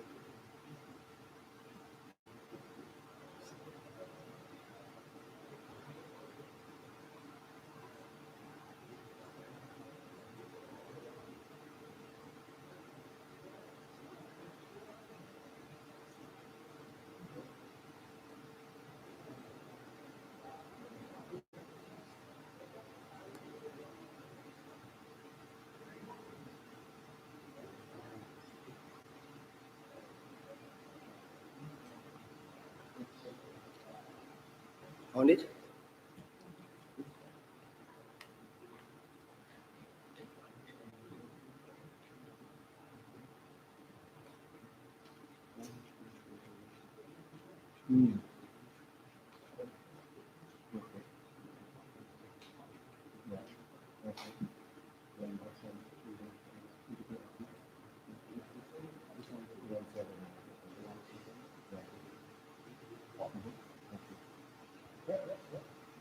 So zoom into just web server IP and also after IP. Then you can find some information. Okay, maybe I can give you some hints as people are discovering things. So we said that this is an attack on the web server. What is the web server IP address? Sorry? Web server IP address? You sure? Look at the network diagram. 02. 02, what's it, the full one? 192. 192, 168. 168, 02. 0.2. Right, so this is target. So we better filter all connections going to in and out of this machine, right? Because otherwise you pick up traffic from other machines on the network as well, right? So this is the web server, this is the target. So we want to analyze what happened to the web server, right? Someone have discovered IP address of the attacker. Maybe I can share it with you. What's the IP address that you found? 217? 217.195. 195? 49. 49? 146. 146. So this looks suspicious, right? This looks suspicious. So what you can do is you can create a filter. This IP address, IP equals this, and IP equals this, right? And then you can see the traffic or the interaction. So now you are looking at less things. 217, 195, 49, 146. Web server, 192.168.2.0.2, right? So our goal is to zoom in as quick as possible, making some assumptions, maybe trial and error, right? But if you don't try to filter, you're going to be confused. You're going to be looking at that whole big, big list of IP and packets, and you don't know where to start or how to zoom in, right? So the goal is to focus on our problem. What are we trying to solve?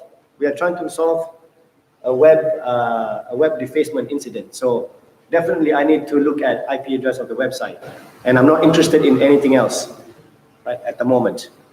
So that's a little bit of problem solving.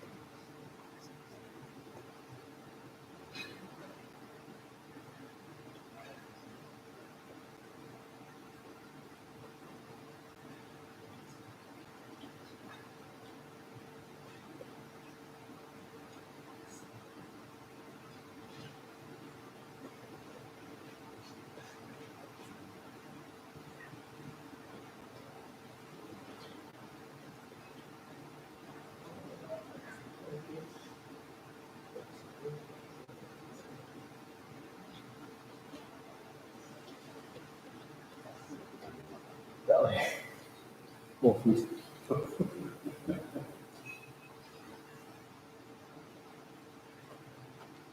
Okay, you got any answers for me? Getting there? Did you find the image yet? The HTML file? Huh? Only the HTML file?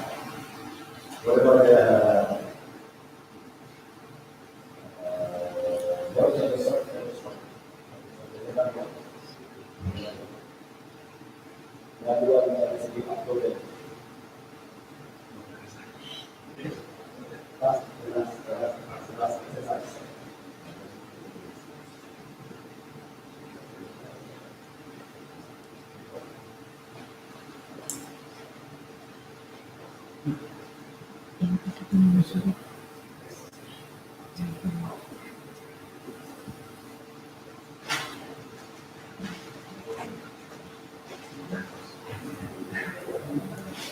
Okay, maybe I'll give five more minutes so that we have time to wrap up before 5.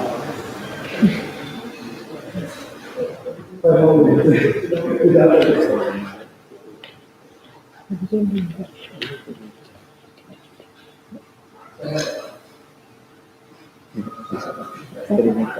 Aku naik mobil yang kecil.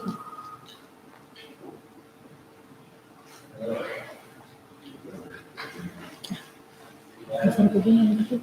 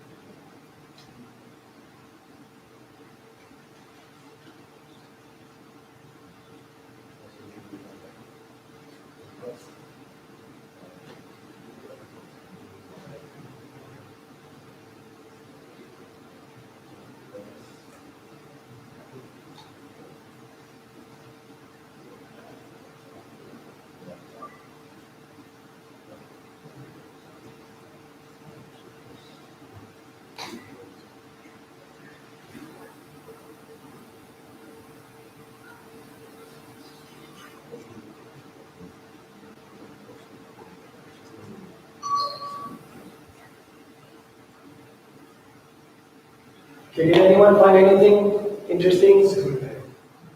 No? Not yet? Okay. All right. I think we have to wrap up a little bit.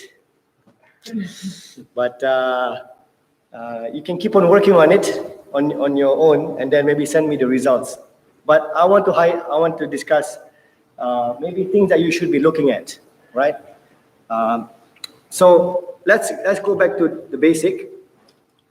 All right, let me highlight this. All of this.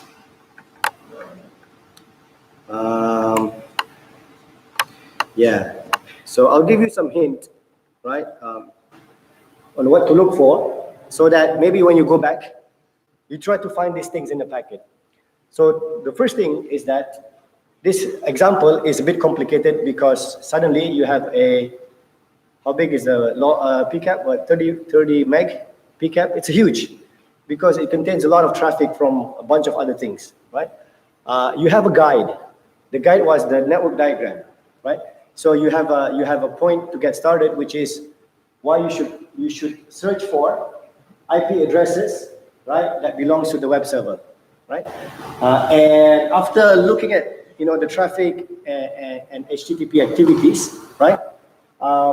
The thing that you should be looking at is HTTP method post, which means that someone is sending something to our server, right? So this is a defacement. For a defacement to happen, right? There could be some interesting things happening beforehand that will allow attacker to actually do something on our server, right? If you look further, you will find, when you search for post, you will find a query to index.php, PID name, and then some Unix command in the URL, which is very strange, right? You should not be seeing Unix command in the URL, right? And those commands are actually executed by the server, right? If you look at packet 1341, right, packet 1341, you will see that there is an NC, a netcat command, right? And what this netcat command is basically, allow shell to be given to the attacker on port 63122, right? So we have the web, we have the attacker, right? So there's a vulnerability in the web application which allows the attacker to inject commands, and then this server is now connecting to the attacker, and giving shell to it on port 63122, right? So there's two things there. One is a vulnerability on the web server. The other thing is the application. Okay, so your challenge is actually to find all of this in that big file, right? And if you don't know how web attack works, so that makes it a bit difficult, right? And also, if you don't do any trial and error, which means that you just sit there, look at the packets, the answer will not come to you, right? You have to start filtering. You have to have some hypothesis. Okay, maybe HTTP, post, GET. So the more you filter, the faster you get to the information. There are many other tricks, right, that we can see. So in the file itself, we see a lot of strange things like this, right? So if you follow a TCP stream on some of those packets, 1341, you will see that it's a form, but instead of filling the form with actual characters, the attacker is putting commands in the form, right? So obviously, this is a web vulnerability, which means that the application is not validating inputs, right? So we can pass anything to it. Okay, long story short, we have the clue. So once we see the NC, we have the port number, right? The suspicious port number. So we can use this to pivot, to look for other things, right? So we start with a small hypothesis, looking for strange things. We find something, we use information there to look for other information, right? So now we have TCP port 63122, right? So then if you filter for that, you will find more interesting stuff, right? Such as a PHP, right? File called cmo.php, right? And later on, if you follow that, you will find that this is a web shell or a backdoor, which then allow attacker to issue commands to the server directly through the web interface. So without using the vulnerability anymore, attacker now has a backdoor on your web server, right? So that's another item, cmo.php. This is a web shell, and through this web shell, attacker is issuing commands, right? So as you can see here, one of the commands that is being issued here is pwd, show me the current directory, right? So you can see that in the HTML that is going back and forth between the server and whatnot, right? So that's the location of the PHP file, right? As you can see, so I'll give you this slide as well, right? What I do consistently as well is keep the timestamp, because I want to know exactly when things happen so that we don't get confused, right? And we have a timeline so that we can draw a picture. What happened, right? So this is time 0 times whatever. So what happened here, here, and here, right? So we know exactly the flow of things. Okay. So there was a question about what file, or can you show me the file that was uploaded by the attacker, right?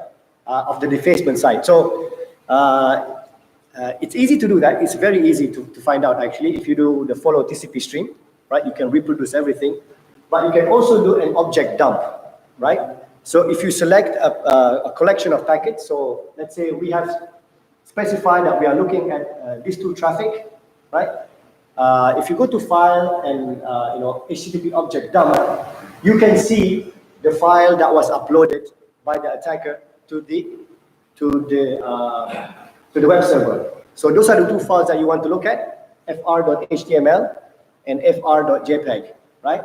And fr.jpg is a picture of a frog, actually, right? So you can reproduce this defacement by opening that file. There's nothing malicious in there. But HTTP object dump is an interesting feature in Wireshark. So sometimes even without going to the packets, I go to the object dump immediately. It will dump all the files in a folder, and I will go through it to see if there's anything interesting, right?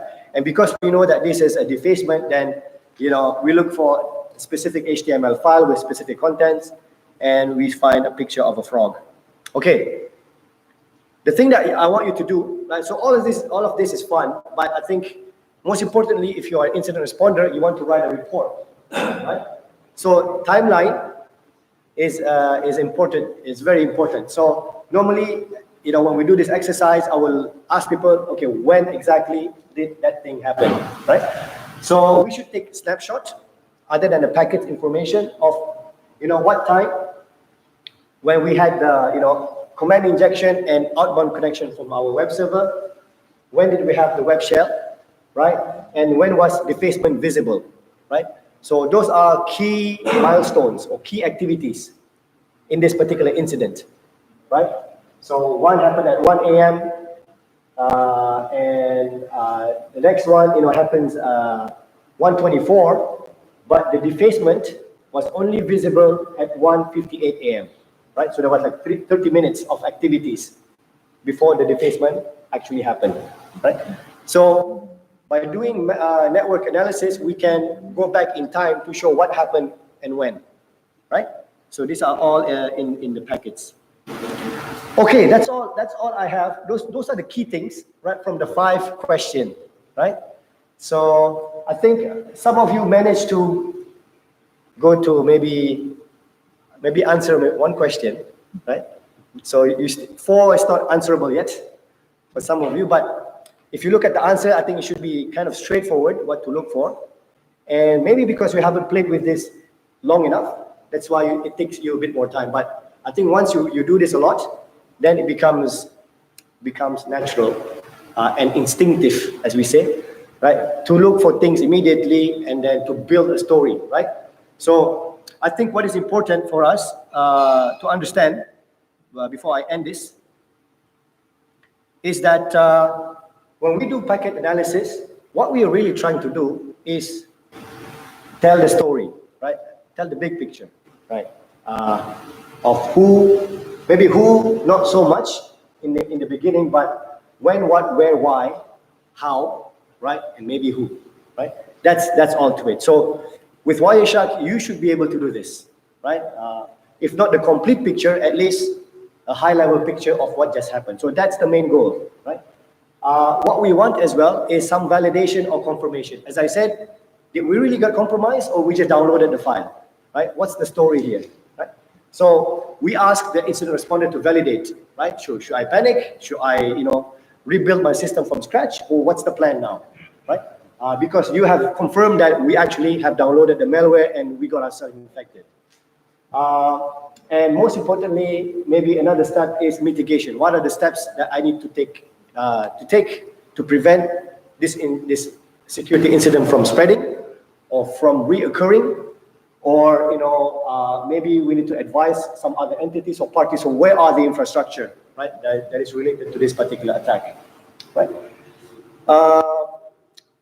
Being able to do a packet analysis is great, but as we saw today, that not everything is in the packet, right?